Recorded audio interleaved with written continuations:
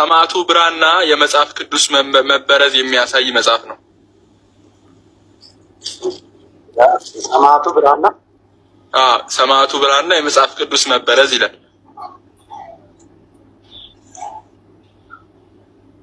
እና እርሶም እንዲገኙ ጥሪ ለማስተላለፍ ነበር።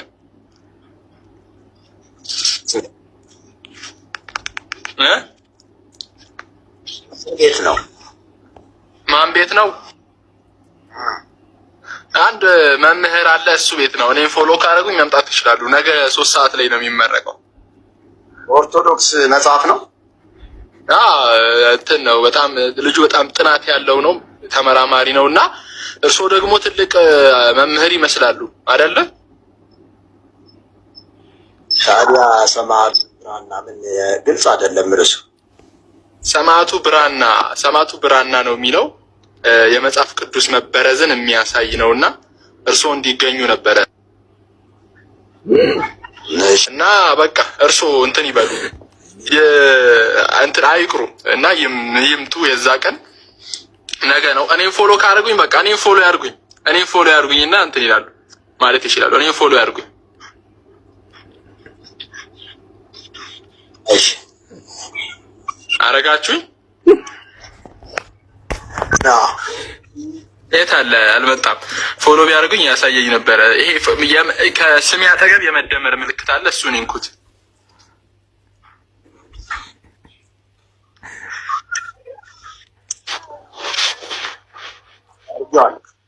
አይ በቃ ልክ ሐሙስ ከምሽቱ 3 ሰዓት ላይ ሲሆን በቃ ልክ የኔ ላይቭ ሲመጣልዎት እሱም መንካት ነው፣ ተከትሎ መግባት ነው። ከዛ ያኔ የመጽሐፍ ቅዱስ አበራርዙ እንዴት እንደተበረዘ ምናምን ማየት ይችላሉ። እና ያኔም መልስ ካሉት ምላሽ ይሰጣሉ ማለት ነው። ትልቅ እንትን ስለሆኑ መምህር ስለሆኑ የዛኔ መጣር ይችላሉ። ኦርቶዶክስ እንደበረዘች ታምናለህ ወይስ? አይ ብዙ አሁን ለምሳሌ መናፍቃኖች አሉ አይደለ? እነሱ በርዘውታል፣ መናፍቃኖች ማለት እንጂ ኦርቶዶክስ ጥሩ ሰው ናት። ኦርቶዶክስ መናፍቃን ናቸው አይደል የበረዙት? ለነዛ መናፍቃኖች መልስ ይሰጣል ማለት ነው። እሺ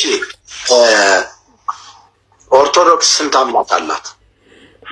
እኮ አሁን እንተቀበሏ እንትኑን ጥሪውን ተቀብለዋል አባ። እንደጌታ ፍቃድ። ኦልራይት የኔ አባት። እና እንዳይቀሩ በቃ እኔ ፎሎ ስላደረጉኝ በቃ ላይቭ ያገኙኛል። 3 ሰዓት ላይ መምጣት ብቻ ነው በቃ። አንተ በቤተ ክርስቲያኒቱ ውስጥ እንዴት ነው ትምህርቱ አለ? እውቀቱ አለ? የተወሰነ አለኝ። ያው እኔ ልጅ ስለሆንኩኝ ያው ትምህርት ላይ ነው የምናተወክረው። ዲያቆን ወይስ ቄስ ነህ? ምንድን ነህ? እኔ ገና ድቁናም አልተቀበልኩም፣ ክህነትም ምናምን የለኝም። በምንድን ነው ታዲያ የምታገለግለውና የምትማረው ምንድን ነው? እኔ ትምህርት ነው። ይሄ ምንድን ሰንበት የሚባል አለ። ሰንበት ተማሪ ነው። በቃ ይገፋፉኝ፣ ምን ያበረታቱኛል፣ ምን ይመክሩኛል? መጽሐፍ ቅዱስ ማንበብ። መጽሐፍ ቅዱስ ማንበብ፣ ታሪኮችን በደንብ ማንበብ አይደለ? ጥሩ ነዋ።